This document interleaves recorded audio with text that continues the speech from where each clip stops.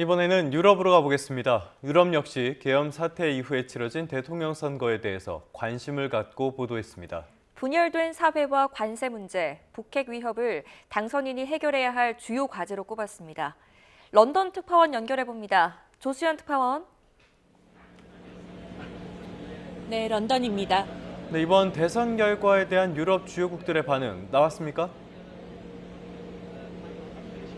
네, 아직 안 나왔습니다. 유럽연합 집행위원회와 영국 외무부 대변인실에 이번 대선 결과에 대한 입장을 물었는데 아직까지 공식 답변을 내놓지 않고 있습니다.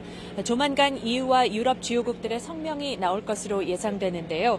성명에는 당선인에 대한 축하 인사와 함께 새 정부에서도 한국과의 관계가 변함이 없을 것임을 강조하는 메시지가 담길 것으로 보입니다.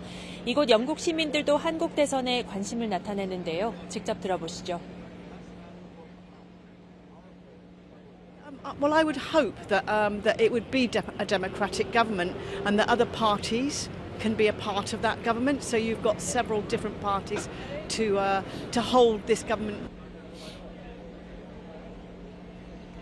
네, 유럽 언론도 대선 소식을 관심 있게 보도하고 있는데 어떤 분석들을 내놓고 있습니까? 네, 유럽 언론들은 이번 선거가 수개월간의 정치적 혼란 끝에 치러진 점에 주목하면서 이재명 당선인이 국내외 쉽지 않은 상황에 놓였다고 진단했습니다.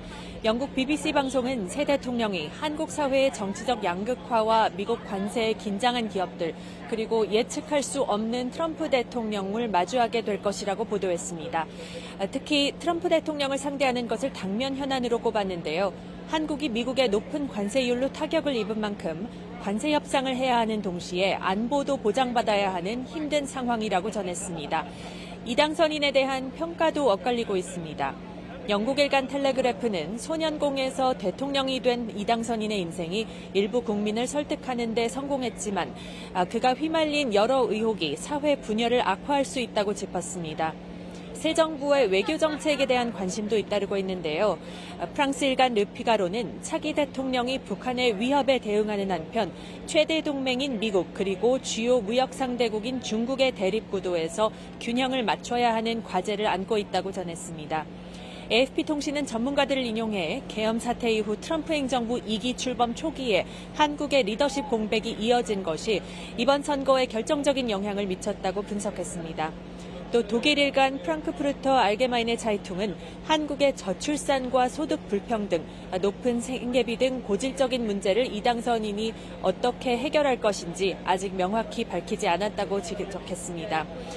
중동 알자지라 방송은 북한의 위협과 미중 간 균형 잡기를 주요 과제로 꼽으면서 미국의 상호 관세 유예 종료 시점이 다음 달 9일 이때로 다가올 만큼 협상할 시간이 촉박할 것이라고 내다봤습니다. 지금까지 런던에서 YTN 조수연입니다.